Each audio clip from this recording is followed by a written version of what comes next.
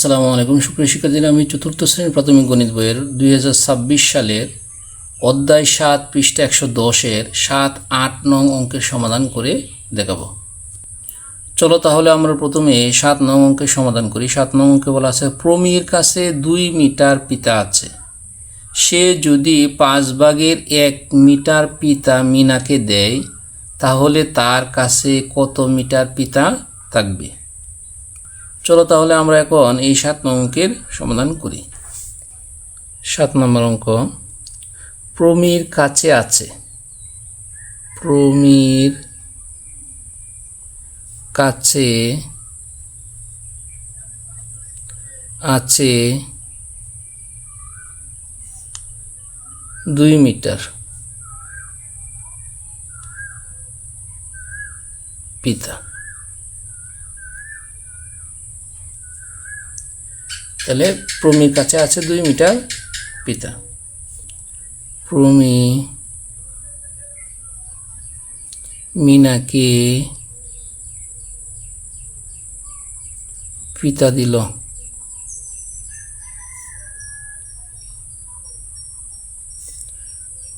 পাঁচ ভাগের 1 মিটার।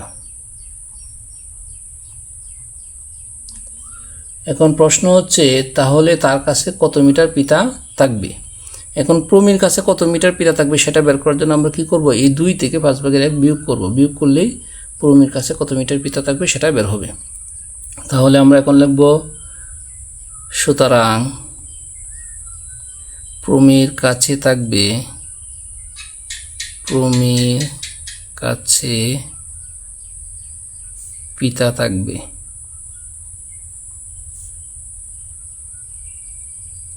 প্রমীর কাছে পিতা থাকবে 2 বিয়োগ 5/1 মিটার। এখন আমরা যে কাজটা করব সেটা হচ্ছে, এখন দেখো এই যে প্রথমটা হলো পূর্ণ সংখ্যা আর পরেরটা হচ্ছে ভগ্নাংশ। তাহলে নিয়ম হচ্ছে, এই 2 এর নিচে কিন্তু 1 আছে। প্রত্যেকটা পূর্ণ সংখ্যার নিচে কি আছে? 1 আছে।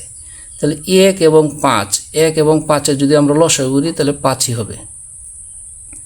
এখন কি করব, হর দ্বারা এই 5কে ভাগ করব, ভাগ করে লবের সাথে গুণ করব। তাহলে 1 দ্বারা যদি আমরা 5 এর ভাগ করি তাহলে 5ই হয়। অর্থাৎ 1 দ্বারা 5 এর যদি আমরা ভাগ করি, ভাগফল হবে 5। এই 5 এর সাথে 2 গুণ করলে হবে 10, 5 দুগুণে 10। এখন এই 5 দ্বারা যদি 5 এর ভাগ করি তাহলে ভাগফল হবে 1। 1 এর সাথে 1 গুণ করলে হবে 1ই মিটার। তাহলে দেখো কত হয়, 5। এখন যদি আমরা 10 থেকে 1 বাদ দিই, তাকে কত? 9।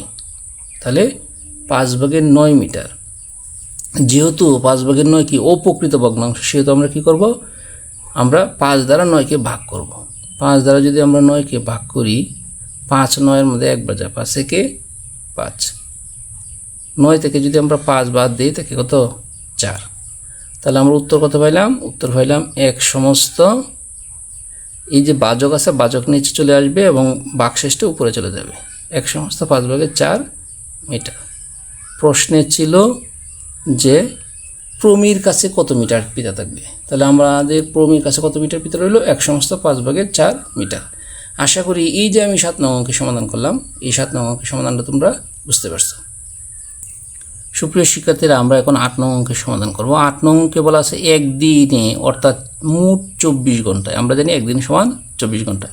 এই যে মোট 24 ঘন্টায় আমি কি কি কাজ করি এবং কোন কাজে কত সময় লাগে। এখানে দেখো লেখা আছে খেলাধুলা, তারপর ঘুমানো, পড়াশোনা।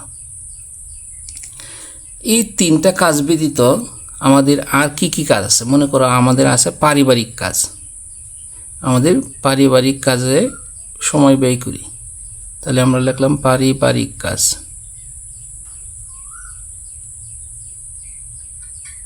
পারিবারিক কাজ। পারিবারিক কাজের পরে আমরা একটা কাজ করি, এটা হলো ইবাদত। আমরা প্রতিদিনই ইবাদত করতে হয়।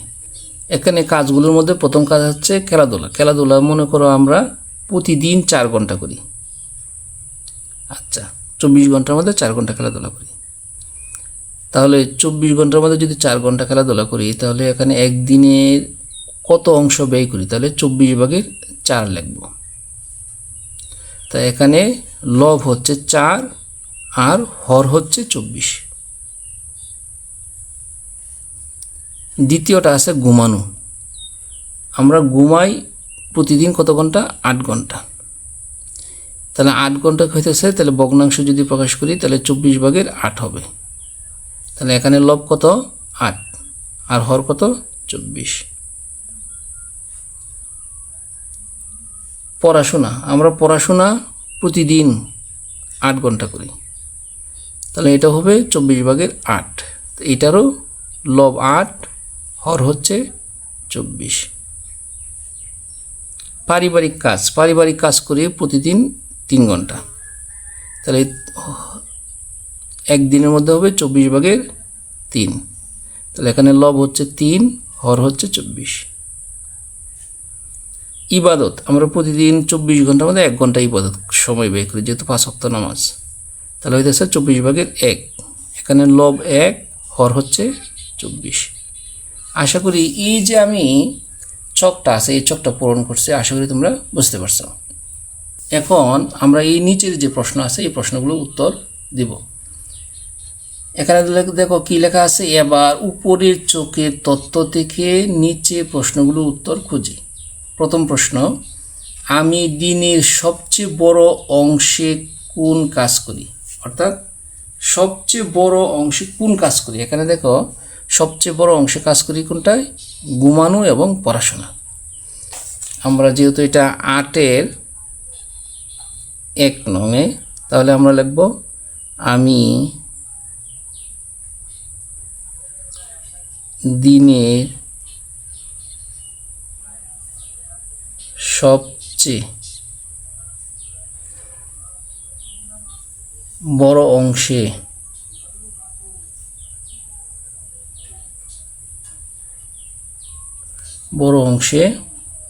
ঘুমানো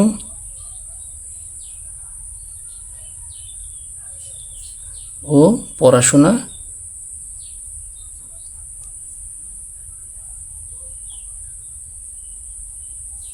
করি। আশা করি বুঝতে পারছো। এখন 8-এর 2 নম্বরে বলা আছে কোন কাজে সবচেয়ে কম সময় দিই? এই যে আমি খেলাধুলা, ঘুমানো 8 ঘন্টা, পড়াশোনা 8 ঘন্টা, পারিবারিক কাজ 3 ঘন্টা এবং ইবাদত হচ্ছে 1 ঘন্টা, তাহলে সবচেয়ে কম কোনটা? ইবাদত। তাহলে আমরা লিখব যে সবচেয়ে কম সময় দিই আমি সবচেয়ে কম সময় দিই ইবাদতে।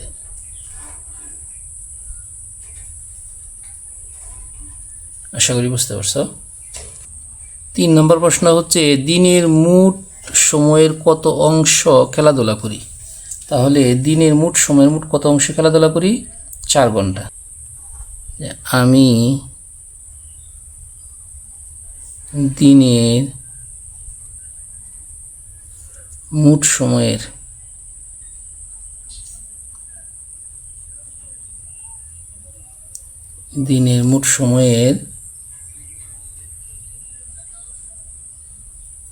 কত অংশ বলছে, যেহেতু অংশ বলছে তাহলে আমরা লিখব 24/4 অংশ।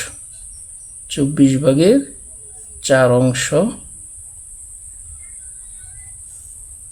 সময় খেলাধুলা করি।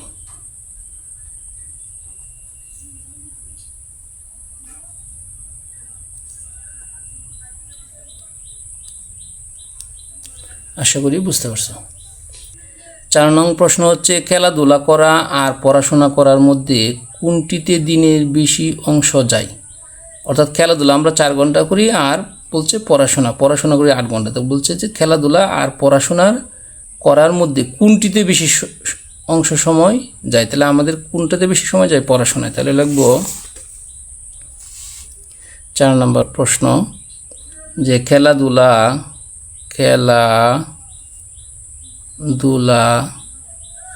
আর পড়াশোনার মধ্যে পড়াশোনার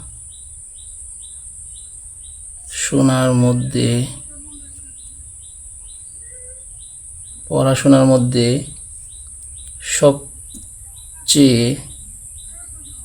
সবচেয়ে বেশি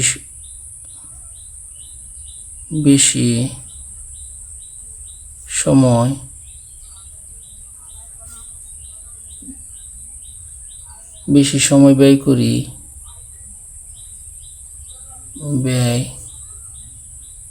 করি পড়াশোনায়। অর্থাৎ খেলাধুলা আর পড়াশোনার মধ্যে সবচেয়ে বেশি আমরা সময় ব্যয় করি কোথায়? পড়াশোনায়। আশা করি এই 4 নং অঙ্কের সমাধানটা বুঝতে পারছো। আমরা এখন 5 নং অঙ্কের সমাধান করব। 5 নং অঙ্কে বলা আছে খেলাধুলার চেয়ে ঘুমানোতে দিনের কত অংশ সময় বেশি যায়। অর্থাৎ খেলাধুলার যায় হলো 4 ঘন্টা আর ঘুমানোতে যায় কয় ঘন্টা? 8 ঘন্টা। অর্থাৎ বলছে কত অংশ সময় বেশি যায়। চলো তাহলে আমরা এখন এই 5 নং অঙ্কের সমাধানটা করি। 5 নাম্বার, খেলাধুলায়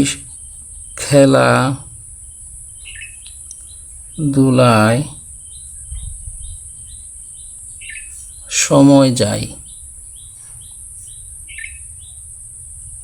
খেলাধুলায় সময় যায় হচ্ছে 24/4 এত অংশ।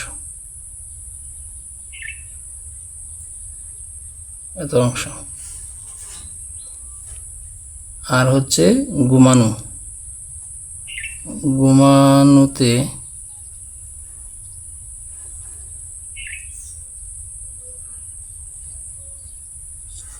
সময় যায়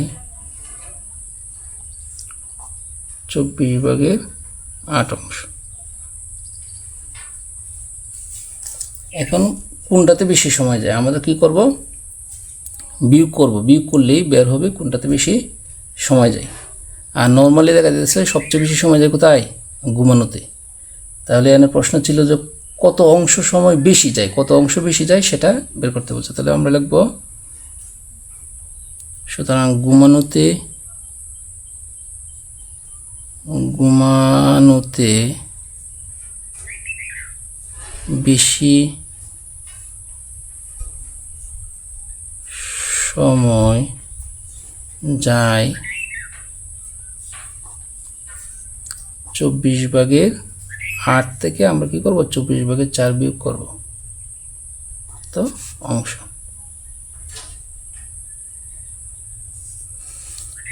আমরা যদি বিয়োগ করি, দেখো যেহেতু এটা সমহর বিশিষ্ট ভগ্নাংশ সুতরাং একটা 24 লিখলেই চলবে, আর উপরে যা আছে তাই লিখব।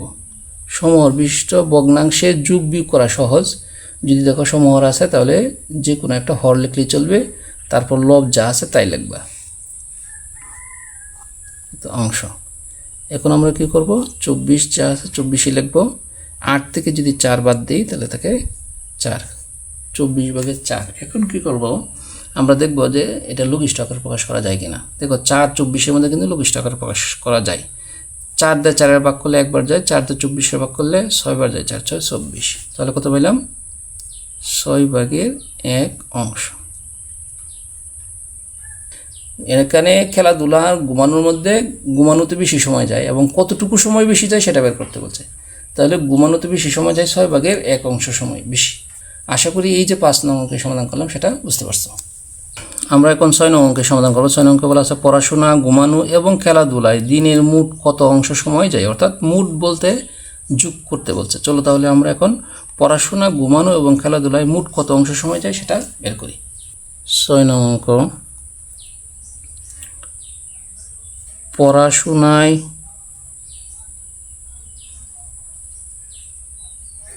সময় যায়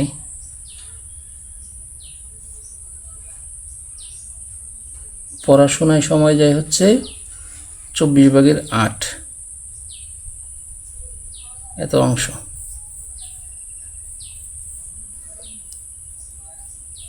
তারপর হচ্ছে ঘুমানোতে